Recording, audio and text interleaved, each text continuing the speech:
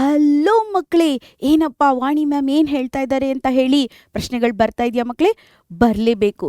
ನೋಡಿ, ನಾನು ಲಾಸ್ಟ್ ವೀಕಲ್ಲಿ ಒಂದು ಲೈವ್ ಮಾಡಿದ್ದೆ ಮತ್ತು ಒಂದು ವಿಡಿಯೋ ಮಾಡಿದ್ದೆ. ಆ ಲೈವಲ್ಲಿ ಮತ್ತು ವಿಡಿಯೋದಲ್ಲಿ ಏನು ಮಾಡಿದ್ರಿ ಅಂತ ಹೇಳಿದ್ರೆ, ವ್ಯಾಕರಣದ ದೋಷಗಳನ್ನು, ಲೋಪಗಳನ್ನು ಹೇಗೆ ಸರಿಪಡಿಸ್ಕೋಬೇಕು ಮ್ಯಾಮ್, ಹೇಗೆ ಚೆನ್ನಾಗಿ ರೈಟಿಂಗ್ ಆಗಬೇಕು ನಮ್ಮದು ಅಂತ ಹೇಳಿ ಕ್ವಶನ್ಸ್ ಕೇಳಿದ್ರಿ. ಆ ಕ್ವಶನ್ನಿಗೆ ನಾನು ಆನ್ಸರ್ ಆಗಿ ಈ ವಿಡಿಯೋನ ಮಾಡ್ತಾ ಇದ್ದೀನಿ ಮಕ್ಕಳೇ. ಈ ವಿಡಿಯೋ ನಿಮ್ಗೆ ಇಷ್ಟ ಆಯ್ತಾ ಮಕ್ಕಳೇ? ನಾನು ಈ ವಿಡಿಯೋನ ತಂದಿರೋದು ನಿಮ್ಮ ಒಂದು ನೀವು ಹೇಳಿದ್ರಿ ನನಗೆ ಏನಂದರೆ, ಮ್ಯಾಮ್ ಹೇಗೆ ನಾವು ಬರಹವನ್ನು, ನಮ್ಮ ಕನ್ನಡ ಬರವಣಿಗೆ ಕೌಶಲ್ಯವನ್ನು ಸರಿ ಮಾಡ್ಕೋಬೇಕು ಅಂತ ಹೇಳಿ ಅದ್ರ ಮೇಲೆ ತಗೊಂಡು ಬಂದಿದ್ದೀನಿ ಮಕ್ಕಳೇ. ಸರಿನಾ? ಓಕೆ. ಈ ವಿಡಿಯೋ ಲೈಕ್ ಆದರೆ ಏನು ಮಾಡಿ, ಲೈಕ್ ಮಾಡಿ. ಹಾಗೆಯೇ ಏನು ಮಾಡಿ ಗೊತ್ತಾ ಮಕ್ಕಳೇ, ಕಮೆಂಟ್ ಮಾಡಿ ಮತ್ತು ಯಾವ ಥರ ವಿಡಿಯೋಗಳು ಬೇಕು ನಿಮಗೆ ಅಂತ. ಆ ಥರ ವಿಡಿಯೋಗಳನ್ನು ತಗೊಂಡು ನಿಮ್ಮ ಮುಂದೆ ನಾನು ಬರ್ತೀನಿ. ಹಾಗಿದ್ರೆ ಇನ್ಯಾಕೆ ತಡ, ನಾನು ನಿಮ್ಮ ಕನ್ನಡ ಶಿಕ್ಷಕಿ ವಾಣಿ ಕುಲಕರ್ಣಿ ಇವತ್ತಿನ ತರಗತಿನ ಇಲ್ಲಿ ಶುರು ಮಾಡ್ತಾ ಇದ್ದೀನಿ. ಏನಪ್ಪ ಮ್ಯಾಮು ಏನು ಅಂತ ಹೇಳಿದರೆ, ವ್ಯಾಕರಣದಲ್ಲಿ ಸರಿಯಾದ ಬಳಕೆಯನ್ನು ಮಾಡಬೇಕು ಅಂತ ಹೇಳಿರುತ್ತೆ. ಹಾಗಿದ್ರೆ ಏನೇನನ್ನು ನೋಡ್ಕೋಬೇಕು ವ್ಯಾಕರಣದಲ್ಲಿ ಸರಿಯಾದ ಬಳಕೆಯನ್ನು ಮಾಡಬೇಕಾದ್ರೆ?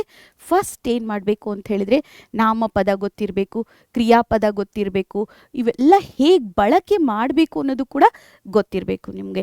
ನಾಮಪದಗಳ ಬಗ್ಗೆ ಬೇಕು ಅಂತ ಹೇಳಿದರೆ ನಮ್ಮ ಒನ್ ಶಾರ್ಟ್ ವಿಡಿಯೋನ ನೋಡಿ, ನಿಮಗೆ ಈಸಿಯಾಗಿ ಗೊತ್ತಾಗುತ್ತೆ. ಕ್ರಿಯಾಪದದ ಬಗ್ಗೆನೂ ಅಷ್ಟೇ ನಮ್ಮ ಒನ್ ಶಾರ್ಟ್ ವಿಡಿಯೋ ಇದೆ, ಅದನ್ನು ಕೂಡ ನೀವು ನೋಡ್ಬೋದು.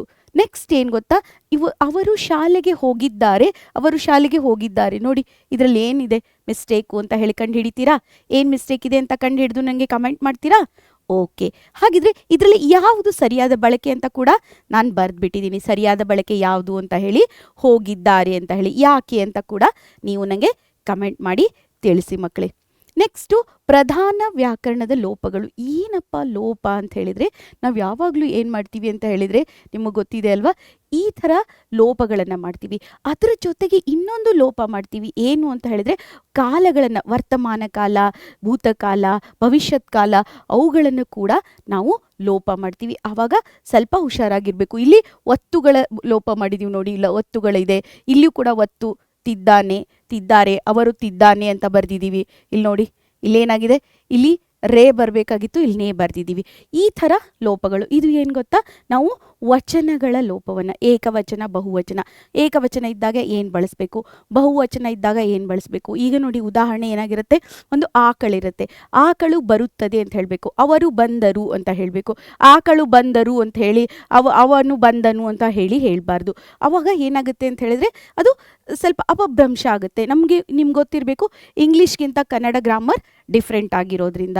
ಬನ್ನಿ, ಇಲ್ಲಿ ನೆಕ್ಸ್ಟ್ ಏನು ಗೊತ್ತಾ, ಇಲ್ಲಿ ಏನನ್ನು ಅವಲಂಬಿಸಿದೆ ಅಂದರೆ ಸ್ಥಾನ ಮತ್ತು ಕ್ರಮ. ಏನಪ್ಪ ಸ್ಥಾನ ಮತ್ತು ಕ್ರಮ ಅಂತಂದರೆ, ಎಲ್ಲಿ ಹಾಕಬೇಕು. ಈಗ ನೋಡಿ, ಎಲ್ಲಿ ಕರ್ತೃ ಇರಬೇಕು, ಎಲ್ಲಿ ಕರ್ಮ ಇರಬೇಕು, ಎಲ್ಲಿ ಕ್ರಿಯಾಪದ ಇರಬೇಕು ಅನ್ನೋದು ನಿಮಗೆ ಕ್ಲಿಯರಾಗಿ ಗೊತ್ತಿರಬೇಕು. ಅಥವಾ ಕ್ರಿಯಾಪದವನ್ನು ನೀವು ಚೇಂಜ್ ಮಾಡ್ಬೋದು.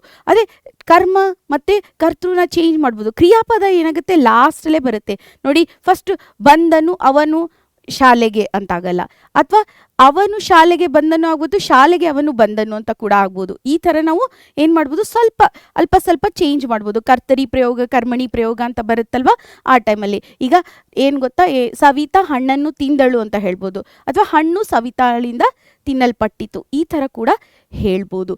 ಆದರೆ ಕ್ರಿಯಾಪದ ಮಾತ್ರ ಲಾಸ್ಟಲ್ಲೇ ಇರಬೇಕು, ಅಲ್ಪಟ್ಟಿತ್ತು ಆಗಲಿ, ತಿಂದರು ಆಗಲಿ.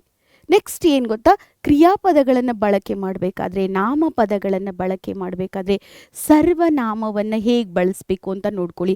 ಈಗ ಉದಾಹರಣೆ, ಒಂದು ಯಾರೋ ಒಬ್ರು ಅಶೋಕ ಚಕ್ರವರ್ತಿ ಬಗ್ಗೆ ಹೇಳ್ತಾ ಇದ್ದೀರಿ, ಅಥವಾ ಯಾವುದಾದ್ರು ಚಕ್ರವರ್ತಿ ಬಗ್ಗೆ ಹೇಳ್ತಾ ಇದ್ದೀರಿ, ಸಮುದ್ರಗುಪ್ತನ ಬಗ್ಗೆ ಹೇಳ್ತಾ ಇದ್ದೀರಿ. ಈಗ ಸೋಷಲ್ ಸ್ಟಡಿಗೆ ಸಂಬಂಧಪಟ್ಟಂಗೆ ನೀವೇನು ಮಾಡಿ, ಸಮುದ್ರಗುಪ್ತ ಇದು ಮಾಡಿದನು, ಸಮುದ್ರಗುಪ್ತ ಹಾಗೆ ಮಾಡಿದನು, ಹೀಗೆ ಬರೆಯೋಕ್ಕಾಗಲ್ಲ, ಅವನು ಅಂತ ಹೇಳಿ ಬಳಸಬೇಕಾಗತ್ತೆ. ಅದು ಮಾಡಿದರು, ಹೀಗಾಯಿತು, ಅವರ ಕಾಲದಲ್ಲಿ ಇದಾಯಿತು ಅಂತ ಹೇಳಿ ಈ ಥರ ಸರ್ವನಾಮಗಳನ್ನು ಬಳಸಬೇಕಾಗತ್ತೆ. ಮತ್ತೆ ಇದ್ದರು, ಇರುತ್ತಾರೆ ಅನ್ನೋದು ಕೂಡ ನೋಡಿ, ಇಲ್ಲಿ ಸರಿಯೇ, ಇದು ತಪ್ಪು. ಯಾಕೆ ನೋಡಿ, ಅವರು ಮನೆಯಲ್ಲಿ ಇದ್ದಾರೆ, ಯಾಕಂದರೆ ಬಹುವಚನ ಆಗುತ್ತೆ. ಇಲ್ಲಿ ಏನಾಗುತ್ತೆ, ಇರುತ್ತಾರೆ ಅಂತ ಹೇಳಿ ಆಗಿದೆ. ಅವರು ಮನೆಯಲ್ಲಿ ಇರುತ್ತಾರೆ ಅಂತ ಹೇಳಿದೆ. ಇರುತ್ತಾರೆ ಸರಿಯಾಗುತ್ತಾ? ಇಲ್ಲ ಅಲ್ಲ. ಯಾಕೆ ಸರಿಯಾಗಲ್ಲ ಅಂತ ಕೂಡ ನನಗೆ ಹೇಳಿ. ಆಮೇಲೆ ದಿನನಿತ್ಯ ಏನು ಮಾಡಬೇಕು ಅಂದರೆ ಒಂದು 5 ವಾಕ್ಯಗಳನ್ನು ಬರೀರಿ. ಆಮೇಲೆ ನಿಮ್ಮ ವ್ಯಾಕರಣವನ್ನು ಗಮನಿಸಿ. ನೀವು ಬರೆದಾಗ 5 ವಾಕ್ಯ ಸರಿಯಾಗಿದೆಯಾ, ಹೇಗೆ ಬರೆದಿದ್ದೀನಿ, ನಾನು ಹೇಗೆ ಬರಿಬೋದಾಗಿತ್ತು, ಅಥವಾ ಅದನ್ನು ಇನ್ನೂ ಸ್ವಲ್ಪ ಹೇಗೆ ನಾನು ಚೆನ್ನಾಗಿ ಬರಿಬೋದು, ಅವುಗಳ ಬಗ್ಗೆ ನೋಡಿ. ಹಾಗೆಯೇ ನಿಮ್ಮ ಪಠ್ಯ ಪುಸ್ತಕದಲ್ಲಿ, ನಿಮ್ಮ ವ್ಯಾಕರಣ ಪುಸ್ತಕ, ನಿಮ್ಮ ಕನ್ನಡ ಪುಸ್ತಕ ಇದೆಯಲ್ವಾ, ನಿಮ್ಮ ಪಠ್ಯ ಪುಸ್ತಕ ಟೆಕ್ಸ್ಟ್ ಬುಕ್ ಇದೆಯಲ್ವಾ, ಆ ಟೆಕ್ಸ್ಟ್ ಬುಕ್ಕನ್ನು ಚೆನ್ನಾಗಿ ಓದಿ. ಯಾಕಂದರೆ ಅದರಲ್ಲೇ ನಿಮಗೆ ಆದಷ್ಟು ನಿಮ್ಮ ಎಲ್ಲ ಸಮಸ್ಯೆಗೂ ಪರಿಹಾರ ಸಿಕ್ಬಿಡುತ್ತೆ. ಅಲ್ಲಿ ಓದಿದಾಗ ಫೋಟೋಗ್ರಾಫಿಕ್ ಮೆಮರಿ ಅಂತ ಹೇಳ್ತೀವಿ. ಫೋಟೋಗ್ರಾಫಿಕ್ ಮೆಮರಿನ ಚೆನ್ನಾಗಿ ನೀವೇನು ಮಾಡಿ ಗೊತ್ತಾ, ಅದನ್ನು ನೋಡ್ಕೊಳ್ಳಿ. ಅಂದರೆ ಅದು ಓದಬೇಕಾದ್ರೆ ನಿಮ್ಮ ಮನಸ್ಸಲ್ಲಿ, ಮನದಾಳದಲ್ಲಿ ಅದು ಹೋಗಬೇಕು. ಆ ಥರ ಓದಿ. ಓಕೆನಾ ಮಕ್ಕಳೇ? ಹಾಗಿದ್ರೆ ನಿಮಗೆ ವೆರಿ ಸಿಂಪಲ್ ಆಗಿ ಇರುವಂಥ 5 ಟಿಪ್ಸ್ಗಳನ್ನು ಹೇಳಿದ್ದೀನಿ. ಏನಪ್ಪ, ವ್ಯಾಕರಣವನ್ನು ನೀವು ಹೇಗೆ ಏನು ಮಾಡ್ಬೋದು, ನಿಮ್ಮ ವ್ಯಾಕರಣ ದೋಷಗಳನ್ನು ಹೇಗೆ ಸರಿಪಡಿಸ್ಕೊಳ್ಬೋದು, ಆಮೇಲೆ ನಿಮ್ಮ ಬರವಣಿಗೆಯನ್ನು ಹೇಗೆ ಸರಿ ಮಾಡ್ಕೋಬೋದು ಅಂತ ಹೇಳಿ ತುಂಬ ಜಾಸ್ತಿ ಹೇಳಿಲ್ಲ, 5 ಟಿಪ್ಸ್ ಮಾತ್ರ ಹೇಳಿದ್ದೀನಿ. ಇಷ್ಟೇ ಟಿಪ್ಸ್ ಒಂದೊಂದೇ ಹೆಜ್ಜೆಯಾಗಿ ಹಂತವಾಗಿ ಮುಂದೆ ಹೋಗೋಣ. ಅವಾಗ ಏನಾಗುತ್ತೆ ಅಂದರೆ ನಿಮಗೂ ಕೂಡ ಕಾನ್ಫಿಡೆನ್ಸ್ ಬರುತ್ತೆ. ನಮ್ಮ ಹತ್ರ ಇರೋದು 320 ದಿನ ಅಂತ ಅಂದ್ಕೊಳ್ಳಿ ಟೋಟಲ್ ಆಗಿ. ಓಕೆನಾ? 65 ದಿನದಲ್ಲಿ ಸ್ವಲ್ಪ ದಿನ ಕಳೆದ್ಬಿಡಿ. ಯಾಕಂದರೆ ಮಾರ್ಚಲ್ಲೇ ಎಕ್ಸಾಮ್ ಬಂದುಬಿಡುತ್ತೆ. ಅಷ್ಟು ದಿನ ಕಳೆದ್ಬಿಡ್ಬೇಕು. 60 ದಿನ ಅಂತೂ ಮೈನಸ್ ಮಾಡಿ 300 ದಿನ ಅಂತ ಅಂದ್ಕೊಳ್ಳಿ. ಅದರಲ್ಲೂ ಒಂದು 20-25 ದಿನ ಇದಕ್ಕೆ ಹೋದ್ರೆ 250 ದಿನ ಇದೆ ಅಂತ ಅಂದ್ಕೊಳ್ಳಿ. ಜೂನಿಂದ ನಮಗೆ 250 ದಿನಕ್ಕೆ 1% ಆಗಿ ನಾವು ಮಾಡಿದರೂ ಕೂಡ 250% ಆಗ್ತೀವಿ. ಅದನ್ನು ನಿಮ್ಮ ಗಮನದಲ್ಲಿಟ್ಕೊಳ್ಳಿ.